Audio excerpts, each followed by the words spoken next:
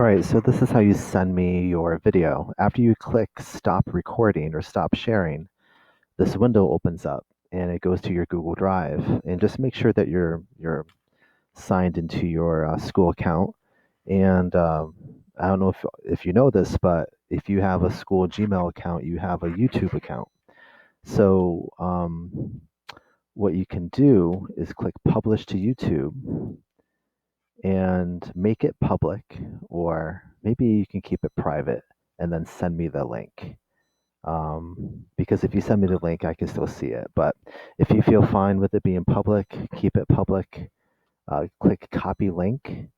And then once you do this, just go to your Gmail and send me, just paste that in an email to me. And that's how you can, that's one way that you can share it with me. And please send me emails today asking for help if you can't do any of these steps here. Have a great day and have fun. Stay safe.